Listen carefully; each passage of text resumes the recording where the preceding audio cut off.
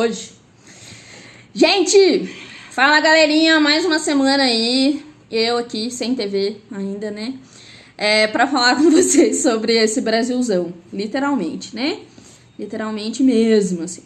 A gente tá falando de um país muito grande em extensão, diverso, no sentido de ter muitos tipos de clima, muitos tipos de vegetação, hidrografia, e por que não de cidades, né? A gente tem falado aí da hierarquia urbana e tal, a gente vai falar hoje, continuar algumas questões de cidade, mas também falar de indústria, e na aula que vem falar sobre infraestrutura. Então a gente tem conversado sobre esse Brasil grande. Nesse vídeo a gente vai falar especificamente sobre duas coisas, tá? Problemas sociais e ambientais urbanos e a industrialização. Então esse vai ser o nosso foco. Para isso, eu quero retomar rapidinho com vocês o mapa da página 26, tá? Vai aparecer aí na minha frente. Ele ajuda a gente a entender a concentração de pessoas em alguns lugares do Brasil, tá? Né, no sentido de que as cidades que você tem uma maior concentração de infraestrutura, ou que são mais importantes dentro dessa hierarquia que vocês viram com o JOD, mais problemas socioambientais ou sociais e ambientais ela vai concentrar. A gente tem nesse mapa uma grande metrópole nacional que é São Paulo. A gente vê também outras duas metrópoles nacionais, só que com uma influência menor do que a de São Paulo, que seria o Rio e Brasília. E ainda, né, é possível ver que existem outras metrópoles em alguns estados, mas não em todos, tá? Santa Catarina e Tocantins, por exemplo, não possui. E tô falando nesse momento dos pentágonos em tom de rosa, tá? E a gente tem também a distribuição em todo o território brasileiro das capitais regionais, e essa sim é um tipo de cidade que está presente em todas as unidades federativas, todos os estados, tá? Quando a gente observa essa distribuição da hierarquia dos centros urbanos representados lá na página 26, a gente pode afirmar, e aí porque eu já estou dando uma adiantada no próximo capítulo, que é onde estão as maiores quantidades de pessoas do país, são essas cidades.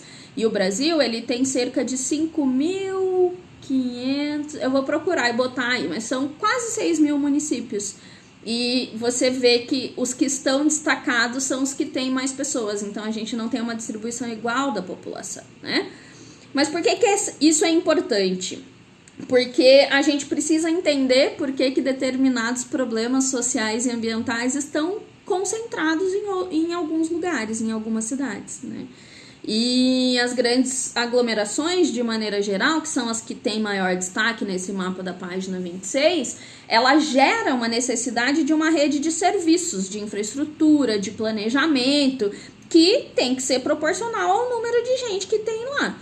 Só que como muitas vezes o crescimento foi acelerado, foi desordenado, essas cidades não têm essa infraestrutura, né?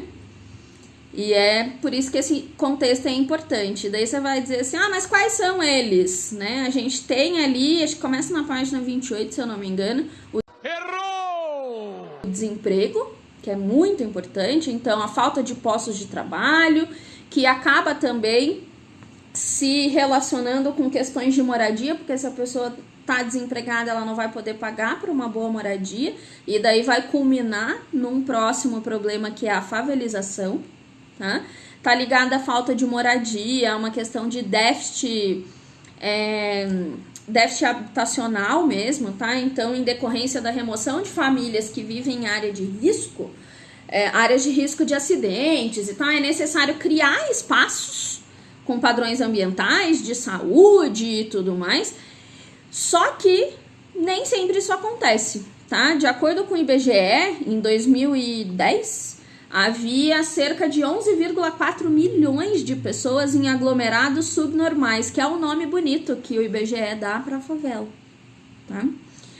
A favelização, ela acontece quando você tem um crescimento no número de pessoas que vivem de forma irregular, em moradias precárias, bastante impróprias, não tem questões de saneamento básico, é um problema bem sistemático, no sentido em que envolve muitas questões de problemas ambientais. Falta luz, falta saneamento básico, falta água, tá?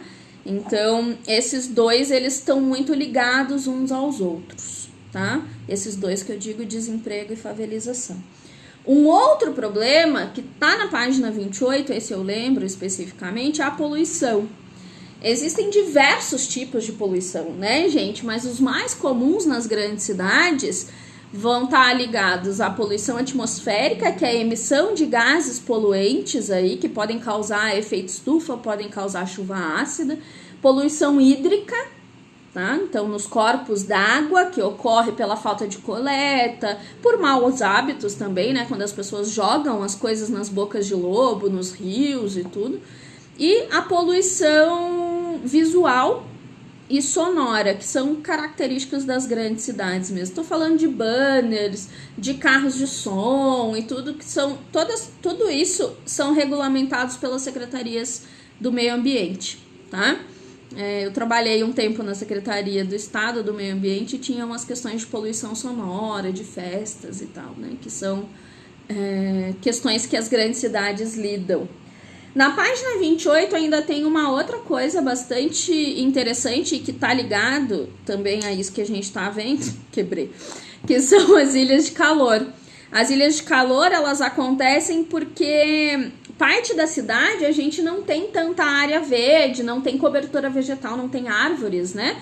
E também tem muita impermeabilização do solo com asfalto e com calçadas. Então são regiões que, pela quantidade de cimento e pela falta de natureza, geram um acréscimo de temperatura. Existem também ilhas de frescor, que seria o inverso, né? Mas o livro acaba não trazendo isso, que são quando você passa por parques, por alguns locais, que dá a impressão que tá até mais fresquinho dentro da cidade, tá?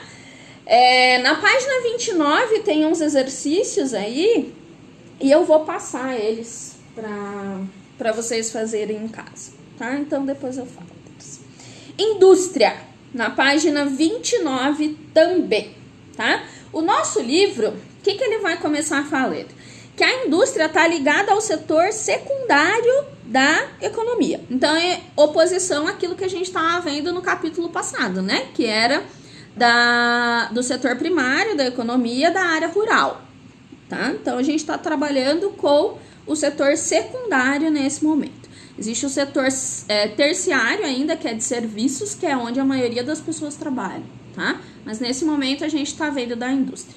A indústria é dividida em 3 tipos. Indústria de base, responsável pela transformação de matéria-prima e aqueles materiais mais pesados, sabe? O livro traz o do ferro fundido, então essa extração e fundição de material, são aqueles materiais mais simples, digamos assim, tá?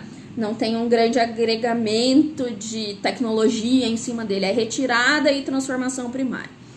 O segundo tipo é a indústria intermediária ou de bens de capital, que produz equipamentos, máquinas, materiais que serão utilizados em outras indústrias, tipo máquinas para fazer carro, né? Então, eu tô falando de uma indústria intermediária, beleza?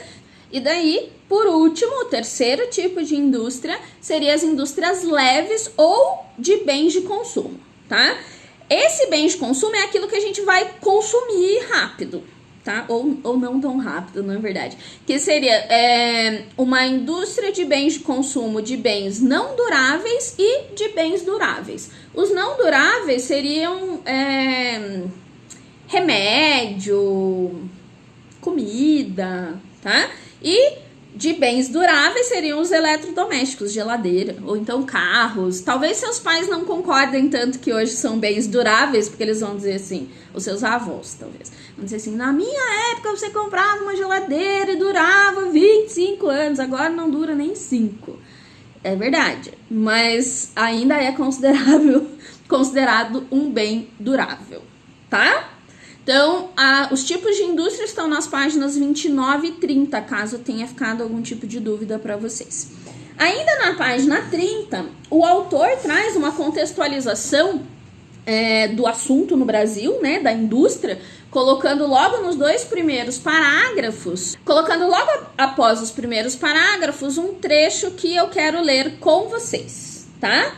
Que vai aparecer aí na minha frente. Então, a participação do setor industrial na economia nacional se ampliou principalmente após a década de 1930. Naquele período, a industrialização veio como uma alternativa econômica para superar os problemas causados pela grande crise mundial de 1929, que afetou diretamente o país, né, diretamente a economia cafeeira no país.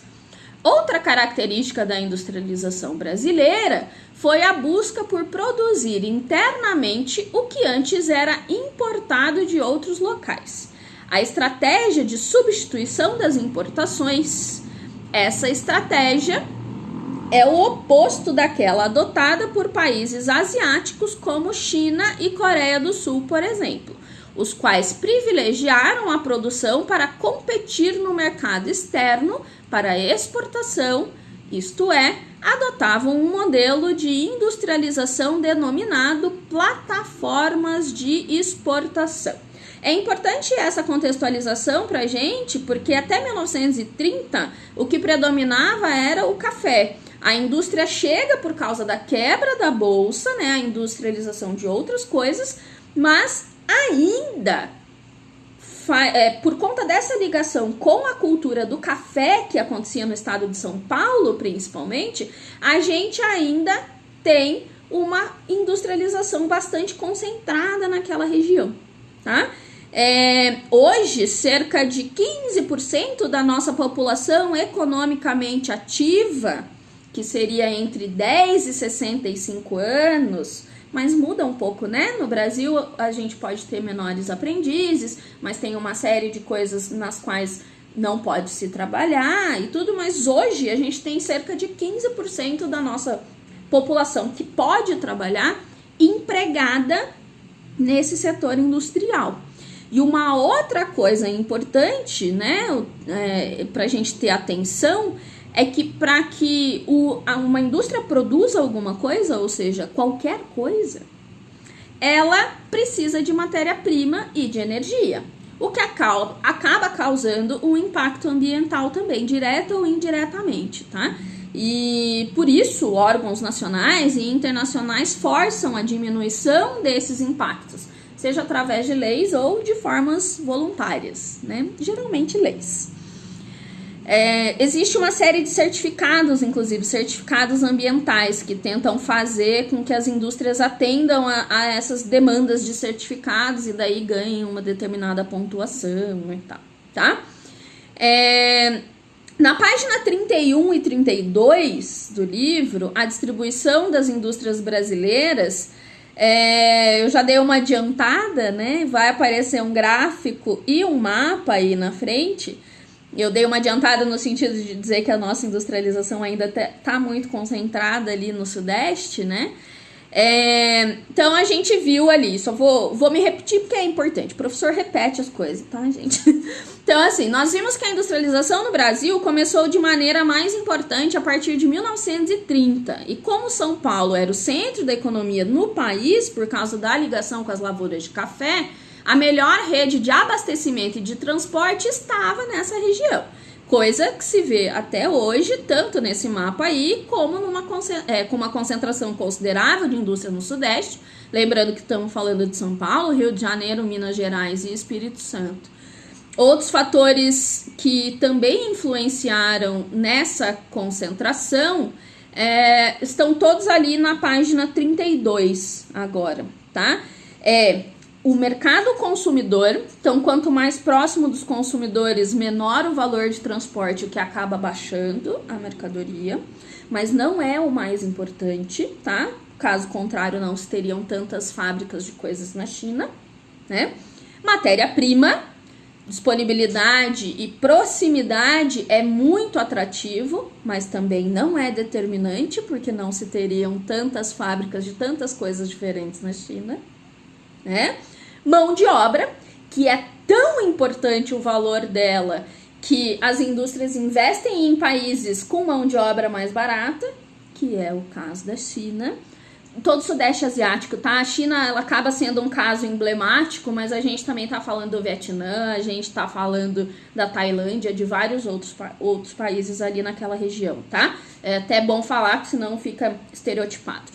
E incentivos governamentais, isso é muito importante, tá? Quanto mais vantagens para a indústria, melhor para ela, né? Flexibilização de imposto, de conta, né? Tem indústrias que ficam sem pagar água e luz por anos, tá? E em alguns momentos ocorre flexibilização de leis ambientais também, tá? Como já aconteceu aqui na região metropolitana de Curitiba, no fim dos anos 90, para a implantação de uma grande montadora de carros. Não vou falar qual, porque, né, não tô afim aqui de polêmica, tá bom? Lição. Livro regular, na página 29, o olhar geográfico, e na página 32, o olhar geográfico também, no da página... eu vou colocar aqui, bem certinho, tá? Que agora eu esqueci. Mas no livro de atividades também vai ter um exercício dessa vez, beleza? Beijo, tchau. Fica em casa. Toma água. E obedece quem tá aí com você em casa, tá bom? Tchau.